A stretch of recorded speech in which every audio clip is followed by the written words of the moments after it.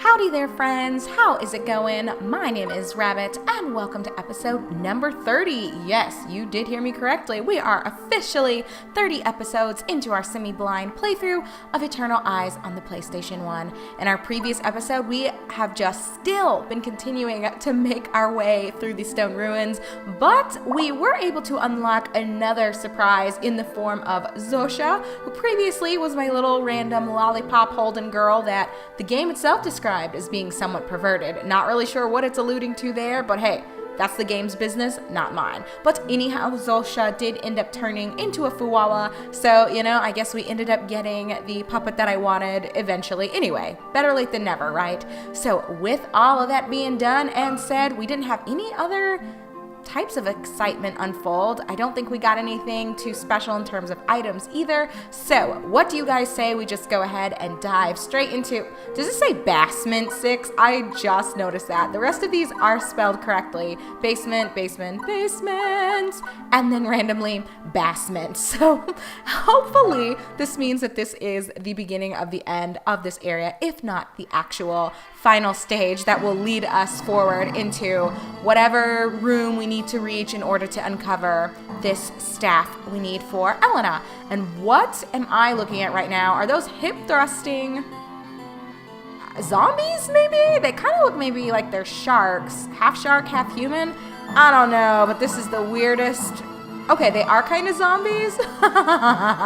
It looks like they're trying to smash. I feel very uncomfortable being here. Its name is Gray, and in terms of spells, it's got Lavina. I think that one's new. I know we've seen Levine, but I don't think we've seen this version. It throws more than one block of ice and a large amount of damage results. And then there's Freeze Burn, which I think is also new because we've seen Freeze Ray, Freeze Raid, and then this must be the third form of that, which causes a blizzard and makes icicles rise under the feet. A large amount of damage results. And then we have seen Bashama. So nothing. Oh, I was going to say really nothing to report on there, but look guys, it's the green-faced version of Poen, my OG little sheep cloud puppet. Its name is Mew. It's so cute. I don't know why I like the little weird forms more than I like probably the epic ones, but it's just adorable. Am I alone here in thinking this?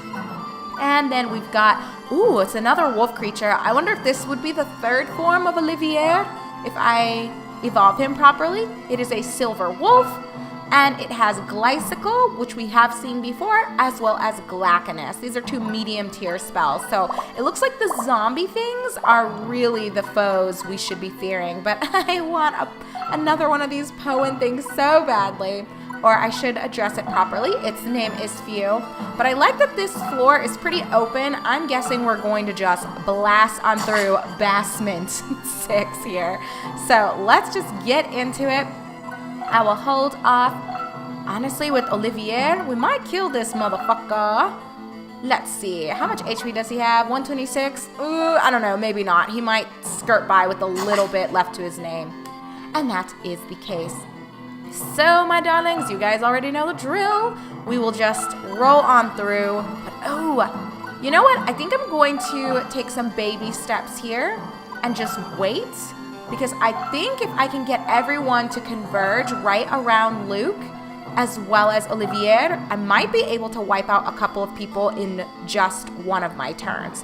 If I follow up Fuwawa's burst with Sylph's burst, I think we should be good. We'll see how it goes though. I can plan all I want to, but the enemies might have something else in mind for us. So we'll see what they are gonna dish out. These things. Do you guys see this? Like, did he just shake his ass? I am so uncomfortable around this zombie thing right now. I feel like Luke needs to be protecting his butthole.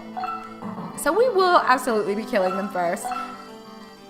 Very creepy monster design. I think we can all agree on that. But they packed quite a wall up. That magic was nothing to just ignore. And I'm trying to make sure. Okay, he just did an auto attack there. Very weird choice from you, hip thrusting, sex crazed zombie monster. But this is what I was looking for and what I was plotting.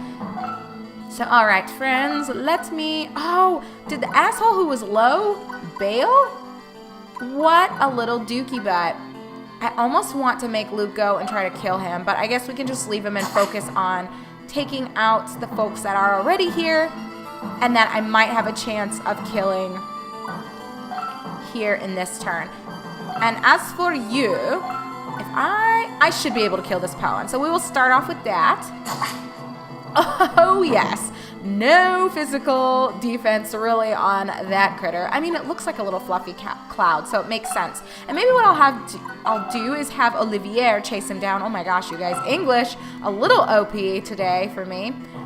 Now, my dear Zosha, before I move you, what do you guys say? Let's throw out something that does a decent AoE here.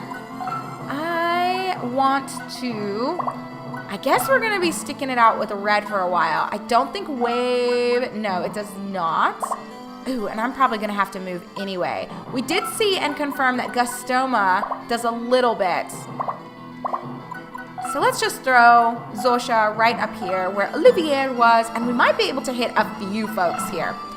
I'll come back to that. Let me see. Nothing is really going to be going down here. So, you guys, I guess really temp is the best thing that we've got going on. Oh, shit. But of course, then this one wolf is just going to be okay. But if I attack him, yeah, there's not really a middle ground here. So I have to just kind of ignore him for now. But at least we're hitting 3 people. So it is possible, with a little bit of luck. Oh, God. That's not going to be enough to kill anyone. But that's okay. Patience, rabbit, patience. I'm setting us up for our 3rd turn, I guess, being the one where we really wreck some faces here. So let's just double dip into that. But first, I've got to be sure. Did we see everything? Because Nebulas is the one that goes in a straight row, so we can't really... I feel like that's not that useful. There are some moments, though, when the enemies are lined up. You can see with 2 of the little hip thrusting things. I don't even remember what they're called. I'm so distracted just by what we are looking at right now. But, yeah, once again, we'll just throw it out. We'll do what we can do, and we won't sweat the small stuff. That's all you can do. Oh, I forgot to tell you guys, and I don't even think this was a conversation we had in this playthrough. I think it was... Was it while I was making my way through Hoshigami? Well, either way, I'll catch you guys up to speed right now for those of you who are joining me for the very first time or didn't watch that LP. Whoa, that is a big range that he is throwing out there. I've got to get some of these large-scale spells and abilities because just look at that. Did you guys see that? It was humongous, the AoE that kind of came with that. But... you know, it truly is my fault. Or maybe he's acting like he's playing a guitar? Is that the movement that thing just did when it cast a spell? I'll need to shut up and, like, pay attention when the next one... Oh, Fuwawa is barely living right now. If this guy casts a spell, it is a wrap. Ooh, that is too close for comfort, y'all. Do you guys see this? Zosha has, like, 2 HP. Woo! Well, things are getting a little hairy now. I am not trying to hear this. The good thing, though, like, look at this. Woohoo! I don't think so. Let me just start off with Fuwawa. We're gonna just throw out temp here. Damage as many of them as possible, and then I'm getting the fuck out of here. I don't think I do, but I'm just going to throw it out there just to venture. I may. Woohoo! Never mind. A level is what Zosha needed, because now, as you guys can see, all maxed out. So we're gonna leave her where she's at. Oh my god. That was a little too close for comfort, y'all. I don't know if my poor heart can handle that kind of bullshit again, but... that was very clutch. I don't even know what to say, but okay. Coming back to what I was beginning to share with you all regarding, I guess, a story that I had shared in possibly a different LP. So I was talking to you guys about, do I want to try to run over here and kill this guy? Ugh, I kind of do, but at the same time, I don't think it'll be the end of the world to just leave him over by his lonesome. I do think that Olivier will absolutely kill this one, and then I can kind of throw him back around and see if we can chase someone down. that's the goal anyway. So Andrew isn't super picky about media that he consumes. I would say I'm the one that's a little bit more particular about things that I like or dislike, and I don't know, I guess I just have more selective tastes than he does. But I mean, I guess that's not fair to say, because I think we both like a wide variety of media types and genres of the sub-media that we're engaging in. But I think if there's something that I'm not that fond of, it's harder for me to make myself sit down and watch it, if that makes sense. Whereas for him, even if he doesn't absolutely love something, he can kind of force himself to take it, you know? I'm really not that way, although I would say we equally enjoy a variety of media. So anyway, the point of that being, a while back, I would say a couple years ago, I tried very hard to start introducing Andrew to some anime that I loved and that were huge parts of my childhood, or I had stumbled upon later in life, like in high school, and I just absolutely adored them. And fuck a bucket, I can't reach him. But that doesn't mean I'm not going to cast something. Why don't we try a large amount of damage results from Exgion? But the problem is, I don't think Olivier packs any punch to any of his magic, just because he is so physically inclined, or physically damaged inclined. You guys know what I'm saying. His physical damage is what he's proficient at, okay? Don't judge me. I'm trying over here. But Zosha, we're going to do the same shit. We're going to throw some shit down and roll on out, because we are not trying to get... Wow. Well, that's not going to work. But fortunately, they are so low that I do think... All right, maybe not. Temp again it is, I suppose. We're running out of options over here in terms of AoE, but I'm crossing my fingers that we'll get some good jewels, some good orbs, and we will be able to start throwing them at folks and maybe get out of this what I really need. Because poor Zosha, I still can't believe she lived. I would have been pissed off if I had lost all of the hard work that I invested into evolving her to this point. Because if you guys recall, I mentioned this maybe an episode or two ago, I would have to just start from scratch. She would revert to her inanimate form as that base doll, and I would just have to throw a bunch of random shit at her and hope that she turns into something remotely similar. So, you know, it is what it is. But we got a pink H jewel. But okay, so anyway, media. I started showing Andrew not too long ago different necklace types of anime that I had enjoyed as a child. I have tried to show him some video games too, but he's not that into retro gaming. He's much more of a modern gamer. His family didn't partake in video gaming too much. They were much more of movie-going folks, and they watched a lot of television together. So even though they spent a lot of time doing things as a family, I guess you would say they felt like, I think they engaged in that weird mentality that video games were harmful, but they would watch all types of random television shows with violence. So it's kind of weird how there was a period of time where people targeted video games and acted like they were more inherently awful for the development of youth than like violent action flicks. Like, I really don't understand how that happened, but I'll get to that in a second. We're finally here. A treasure chest, exclaims Luke. There we go.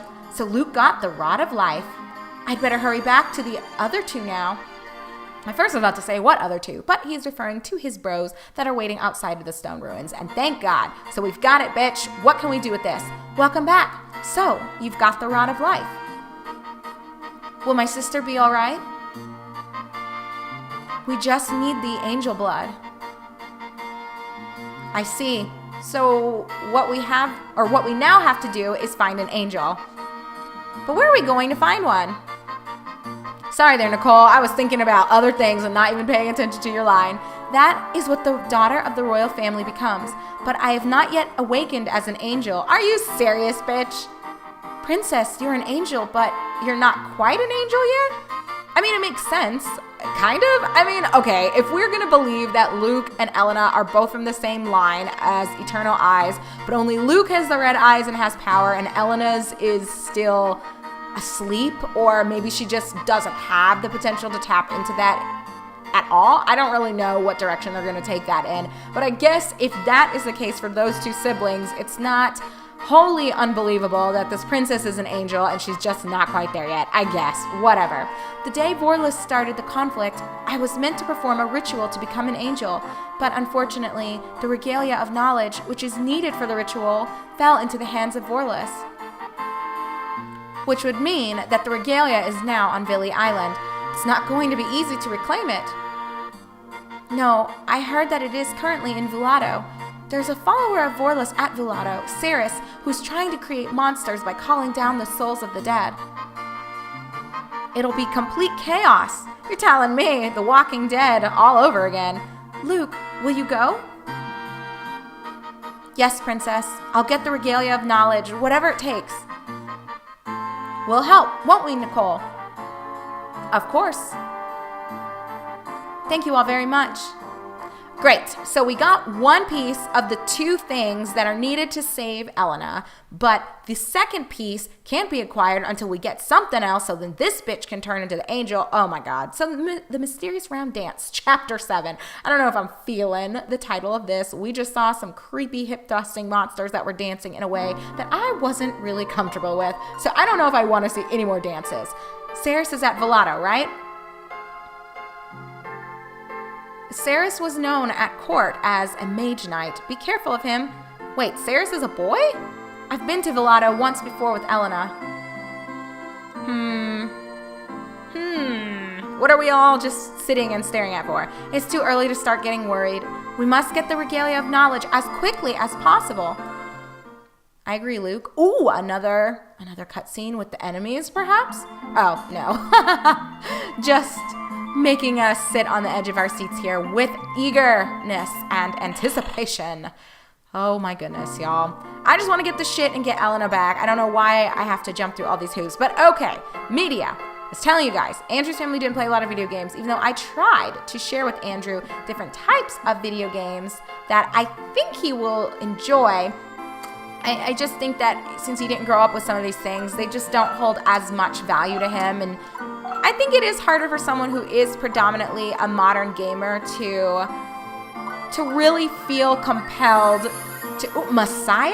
I think we've seen that before. That is such a weird name for a spell. But I think it's harder for someone who didn't really grow up with retro games to feel, I don't know, almost like it's worth their while to revisit some of these. I don't know. Andrew's not really this way, but I've met a few people before who have said, like, the graphics are just too bad, or the music, it's so simple, I just can't get into it. And I do understand that to an extent. I think for those of us who grew up with these, it's easier to, I think, ignore the shortcomings of certain video games because you have those fond memories associated with the experience. I kind of talked about this a few episodes ago, that it's like not only are you getting to play the game, but you're almost getting to relive a part of your childhood. Whoa, sorry y'all, I did not mean to go down there, but throwback to the OG homies. I might have to bring some of you out again here soon. But it's almost like you're getting to watch home videos, you know, while actively participating in what's going on the screen. So anyway, I say all that just to say that for all the shortcomings of these retro games, whether the music is trash or, you know, it's got clunky controls, clunky UI, it's, you know, maybe not got the best translation, or it's littered with typos and load times, and, you know, it's just hard to maybe get into some of the art styles. I get it. I truly do understand why that would maybe put some people off, but if you are the type of person who enjoys very heavily narrative-driven media, I would think that it would be something you would just try to overlook to make sure that you're not missing out on a grand adventure and a grand story. Because again, to me, I think video games, when a story is told properly, it is not too different from, oh god, where the hell? I don't see where this Vulato place is, unless I'm going back to the stone ruins. Are you guys with me here? I don't see. What the heck? Maybe I need to talk to the bros or go talk to the princess? We are going to wrap this up. We're not going to be starting another set of dungeon crawling, but I wanted to at least see what we were going to look at. That is so weird. Let me talk to the boys, and see. Maybe I have to do something specific. They just made it sound like to get to Velato, I just gotta go outside and walk there, but maybe there's a specific path? If we try to fight with Ceres, we'd be more of a hindrance than a help. That's what you said before. We'll do all we can to help, and we'll try not to be a hindrance to Luke. If we are beaten Luke, we won't be able to save Elena. So they are not saying anything new. But the question is, where is Velato? The only other thing I can think of is that we need... Oh God, Luke, what are you doing? We need to talk to the princess, and perhaps she'll provide some type of direction. I don't know... Well, you know, it doesn't hurt to just give it a whirl. The only thing that could possibly happen is just that we waste a lot of time figuring out where we need to go, but we'll find it eventually. I have no doubts about that. All right, the audience hall. Bitch, where's Velato? Ceres used to be Mage Knight at court. Be careful of him. So no one is saying anything. We will help you all we can. No, you won't. Y'all are just going to sit here. I don't know where the fuck Velato is. Is this game tripping? Maybe we should go back to the stone ruins, or maybe I need to go back to the Lost Forest and talk to the fairy. You guys, what video game does this? There's not even really a big map to explore, but then it didn't open up the next area unless I'm just not seeing it, which is possible. This is the Goondocks. These are the stone ruins. This can't be where I'm supposed to go. Basement 1, 2, 3, 4, 5, 6. Nope, we are out of here. What on earth? And it's not the Lost Forest, the Hall of Dolls. I don't see Velato. Do I have to come back here? And that's what's going to open it up? You guys, this is crazy. I am not seeing this new place, so... I don't know. This is kind of a weird spot for us to end. I was hoping we would check it out and then kind of go from there, but I don't... What? Oh, it's just telling me. I was going to say, why is it making this weird sound? I have no idea where the heck we would go from here. Unless we need to go to the Goondocks and take a boat? Maybe? I mean, there are only so many places we can go. This is ridiculous, but we're going to try this out, and if this doesn't work, y'all, did Eternal Eye stump us already? It is possible. All right, bro. We are the descendants of the sea people. No one gives a fuck. My children really love the sea. Oh my God, bitch. I don't care. Let me go. I remember there was I can't see anything. There was a place here where there were people kind of behind a desk. Yeah, maybe it's here. And it almost seems like you could check out a ticket or something. In recent times, there have been a number of wrecks off Philly Islands, okay? And then the young sailors, blah, blah, blah. So they're literally just saying the same thing they've said before, but I don't have any direction as to, unless I needed to talk to the actual mayor of the town. That is quite peculiar, friends. I can't believe it didn't open something up on the map, which does bring up one of the limitations of this game, the fact that there isn't a whole lot for you to just explore on your own. So then I guess, yeah, blah, blah, we can't go up there is what he's saying. And I know this bitch isn't going to have the information for us. But since we don't have any free reign over roaming the map, we're at the, oh my gosh, we're kind of at the mercy of the game as to what places we can really explore and we can see. And then if there's not something that's very clear on the map, or it's not clearly stated from NPCs, then you're just kind of left not sure as to where you need to go. This is the weirdest thing I've seen, unless it's just a glitch and it'll just need a nice little reboot there to get things going again, which I doubt it. I don't think we've run into any major errors or bugs. So let me talk to the mayor. I think this is his house. It's been a minute since we've chatted with him. Okay, can you help me? The color of your eyes, if I remember correctly, then the world might be saved, but that would be too good to be true. After all, we humans caused them great suffering, although they were blameless. I don't know what you're referring to, but okay, friends, I'm not sure what's left for us to do, and I wanted this to be how we end things, but I feel like this is not a good way to wrap up our recording session, so I'm going to spend a minute running around and talking to everyone like a loser because I don't know how the hell we get to Velato or where it is we need to go. So give me just a minute and we will come back in episode number 31, and it'll probably be a shorter episode where we just go to this new area, see if there are any cutscenes. Maybe we'll take on one of the floors if there is another set of dungeons, I guess, or another set of floors in a dungeon we have to crawl through. I don't know. We'll figure it out together. But next episode, faux show, will be the end of this recording session. But until then, my darlings, take good care of yourselves. Be kind. And I, your host Rabbit, look forward to seeing you in episode number 31 of our semi-blind playthrough for Eternal Eyes. I'll see y'all in just a moment where hopefully I will have some information for you as to where the fuck we need to be going.